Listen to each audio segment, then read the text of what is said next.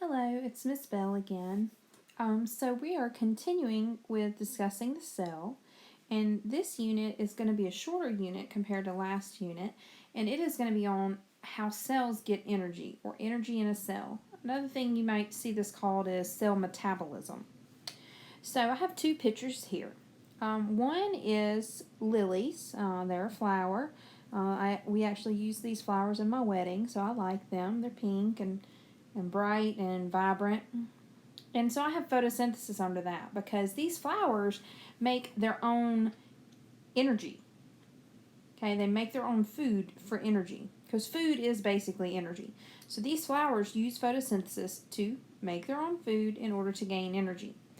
Once they make their own food, they can then break that food down for energy. This other picture on the right is my dog.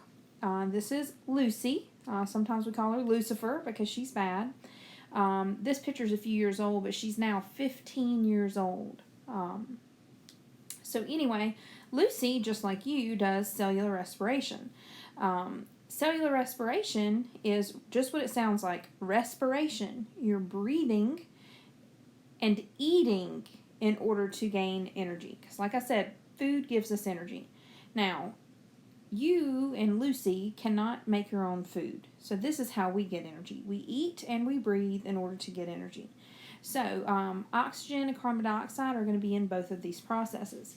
So let's get further in to this unit now. So first off, you have to understand that one of the characteristics of life is that all cells use energy in order to go through their life processes. So you get energy from food, like I mentioned a few seconds ago. The original energy source is going to be the sun, because without the sun, we wouldn't have autotrophs, also known as producers.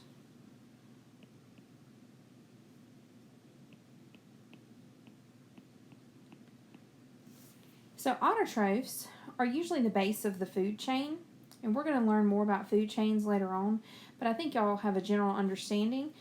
So autotrophs are at the base of the food chain. They make their own food using the sun's energy. So the energy comes from the sun first, then it goes into autotrophs, which are also known as producers, so this would be like plants. So the plants turn that light energy into food. Then you have heterotrophs, which are also known as consumers. So these heterotrophs, they consume other things. So they depend on other organisms for energy, for food, because they cannot make their own food. So heterotrophs are going to go along and eat an autotroph, or they might eat another heterotroph. So ultimately, the energy came from the sun. So here we have a picture of the sun, our original ultimate energy source. We have an autotroph, which is the flower, and then Lucy, the heterotroph. So just real briefly, we're going to talk about thermodynamics. So thermodynamics is also known as heat dynamics, because thermo would be heat. And this is the study of energy. So there are two thermodynamic laws that govern all the activities in the universe, everything in the universe. The first law of thermodynamics, you've probably heard this before, is energy cannot be created or destroyed, but it can be converted to different forms. So, for example, the light energy from the sun, the ultraviolet light energy from the sun, can be converted into a biological form of energy or a chemical form of energy through photosynthesis. Now, generally, biological energy is lost to the biosphere in the form of heat. In fact, later on, we'll talk about how a large amount, what percentage, is going to be lost as heat. So your second law of thermodynamics is basically referring to disorder or entropy. So disorder is continuously increasing. So any process involving using the usage of energy loses some energy to heat, which might be friction and is no longer available for work. So that's important to know. Once it loses the energy to heat, it is no longer available for work. So once it's heat, it can't be changed to something else, basically. So energy becomes very disorganized. This is called entropy. So entropy is continuously increasing. And what that is that's just a disorganized, a heat form of energy that's not usable. So anyway, this is continually increasing because as more and more chemical reactions occur, more and more heat is produced. So scientists say that eventually all energy will be random and not usable, but that's a very, very long time, several billion years into the future. Now, because of this law, because of entropy and losing energy to heat, there is no process known to man that requires energy or uses energy that's ever 100% efficient. Okay, so your cells utilize energy at about 55% efficiency. A gasoline engine like that runs your car is about 17% efficient. And so perpetual motion is machines that run off of their own energy, basically, and that is impossible. As of now, there's been nothing that has been invented that works that way. So the use of energy is either exergonic or endergonic. So exergonic is an energy releasing, or you can think of energy exiting reaction. Endergonic is energy going in or energy consuming reaction. So endergonic uses energy, exergonic releases energy. Okay, so there's two main stages to get energy from the sun into your cells. So the first stage is actually photosynthesis. So we indirectly use photosynthesis to get energy into our cells because, like I said earlier, the sun is the ultimate energy source. Without the sun, life on Earth would not occur. So anyway, photosynthesis, we're going to get much more in depth with photosynthesis. This is the process of plants or other producers taking in carbon dioxide from the atmosphere, water from the soil, and they're going to take in light energy also, of course, from the sun, and they're going to make oxygen gas, which is released into the atmosphere, and glucose, which is stored in the plant. That is why we eat the plant, is to get the glucose out. So this is a conversion of energy, light energy, into a chemical form of energy that your cells can use. And that's why we need photosynthesis, because your body can't process sunlight, but a plant can, and then you can eat that plant to gain the energy from it. So this is a very important process. I want to notate this. Water is going to be absorbed through the roots. A lot of people don't know that. They think the plants just absorb it. But most of the water is going to be absorbed through the roots. The roots are very specialized for that purpose. So the second stage to get energy into your cells is cellular respiration. So you might have heard the word respiration before. Respiration refers to breathing. Now, a second ago we mentioned that plants take in carbon dioxide and they give off oxygen. So those are two very important gases to us as humans. Except we do the opposite. We take in oxygen and we give off carbon dioxide. So you'll notice that the process of cellular respiration is basically the opposite of photosynthesis. So kind of keep that in the back of your mind as we're going through and learning about these things. So cellular respiration is taking in oxygen from the atmosphere and glucose from food. And you're producing carbon dioxide, water, and ATP. And of course, ATP is energy. That's what your cells use to get energy.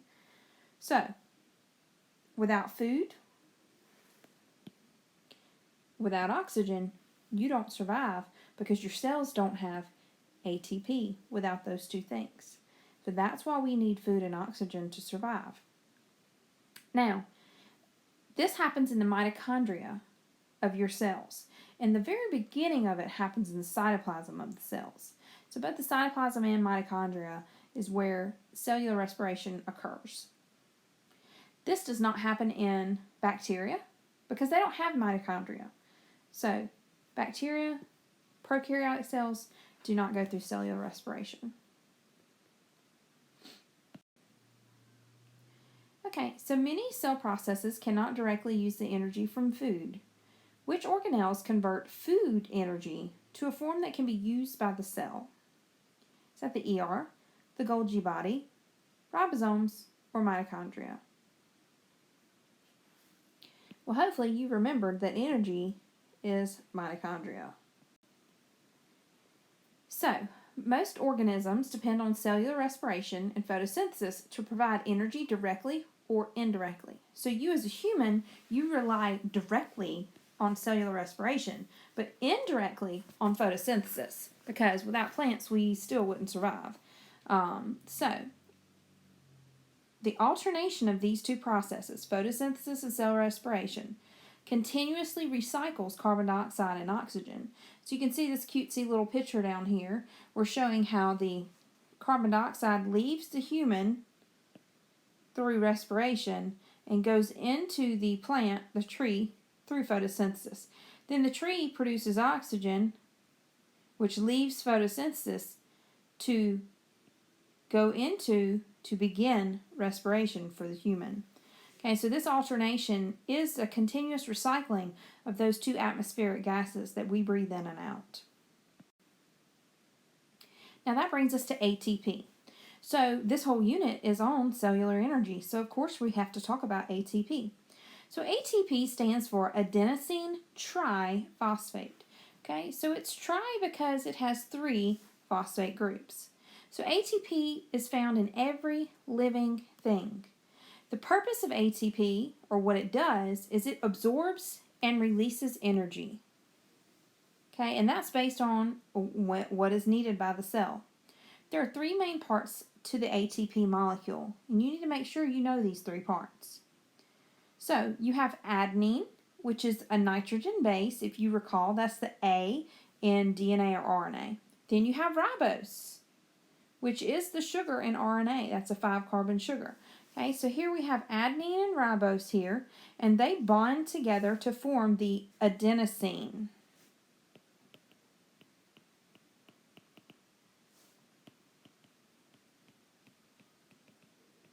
Okay, then you have your triphosphate, your 3 phosphate groups. 1, 2, 3. Now, what this picture does not show, and we're going to talk about this next, is the most important part of this ATP molecule is the high energy bond.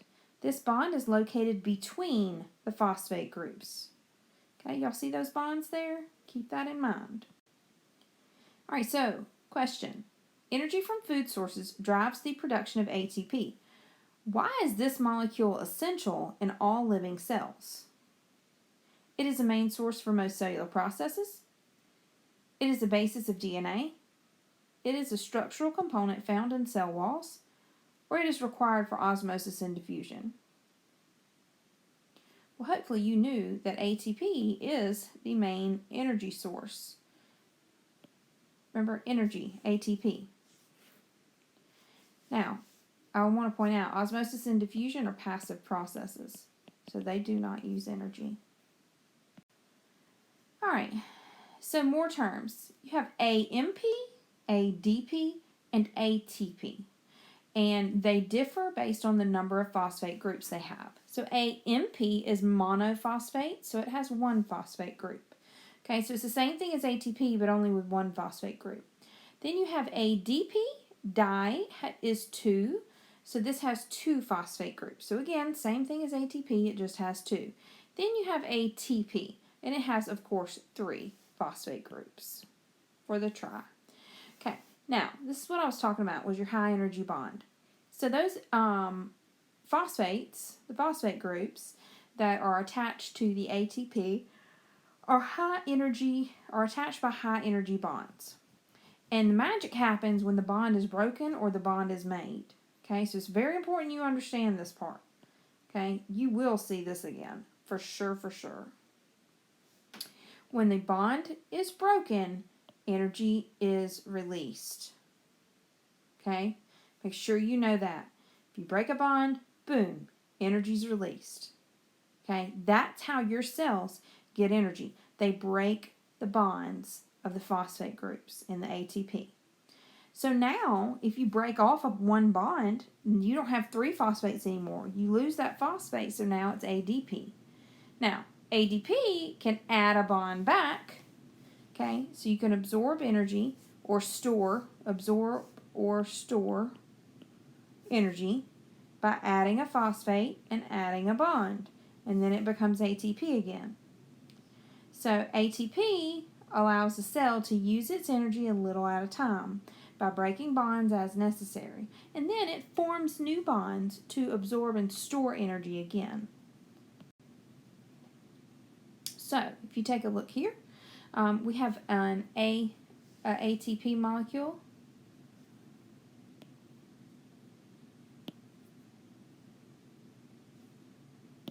All right, we have our ATP molecule up here, and we have our bond here and here. Okay, so we have 1, 2, 3 phosphates. So boom, they broke a phosphate off. When they broke a phosphate off, now they released energy. Okay, so now it's this one would be AMP, right? Okay, so again, energy is stored in those bonds. That's where the energy is stored. So again, when a bond is broken, energy is released. Boom. Okay, so here we have ATP. So there's your 3 phosphates. Boom, there's the explosion. During the explosion, we broke off the phosphate group. Now we have ADP because it has 2, right? Now, we can add that phosphate back to make ATP again. So this would release the energy, and this would store the energy. So anyway, when your cells break down food, some of the energy is going to be lost as heat, okay, but a lot of it is going to be stored as ATP.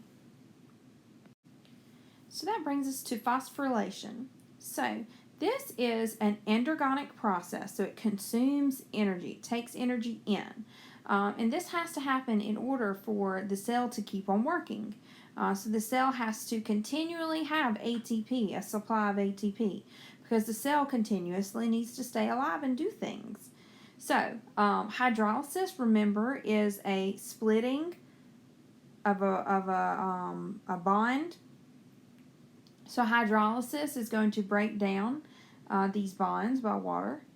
And that's where the phosphorylation comes in. It breaks down oxygen bonds. Excuse me. Anyway, so most of the ATP is manufactured in the mitochondria.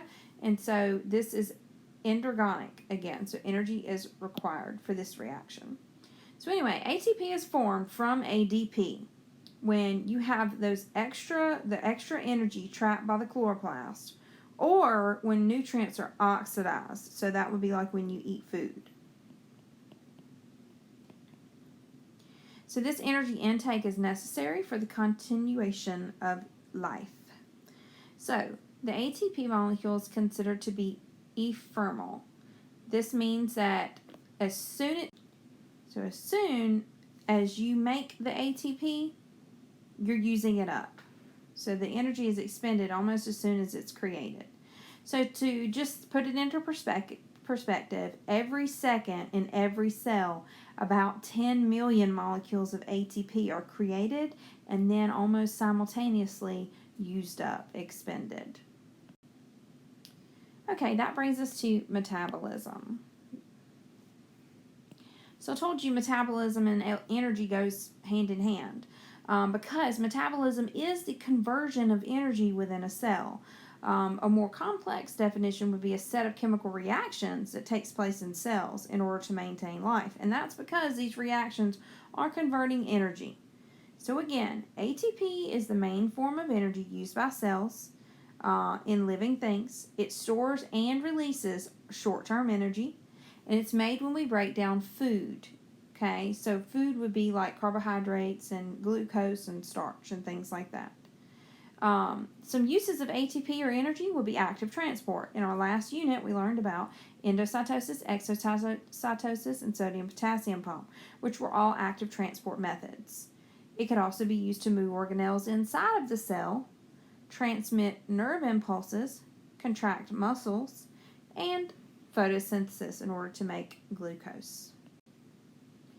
Okay, question. ATP is continuously regenerated from ADP when energy released by cellular respiration is used in an endergonic reaction. Energy stored in food is released when? Hopefully you picked when chemical bonds are broken, when that food is broken down. Question. ATP is called the energy currency for cells because it is a constantly renewing source of energy, is the ultimate source of energy on Earth, is the exchange molecule for energy transfers, or provides energy for exergonic reactions. Okay, hopefully you would have picked that it is the exchange molecule for energy transfers. The process of breaking down ATP to ADP is termed fermentation, exergonic, endergonic, or synthesis. Okay, so ATP to ADP, that is a energy releasing reaction or energy exiting. So that should be exergonic. Energy for most cellular processes is obtained by breaking a bond between which two components of ATP. So where do I break that bond? You recall from the picture, it's between the two phosphate groups. Which of the following is needed to transfer and release energy? Well, hopefully you're thinking ATP. What is in ATP? The sugar, the nitrogen base adenine, and phosphate groups. So hopefully you pick phosphate. Energy stored in food is released when? Again, hopefully you picked when bonds are broken.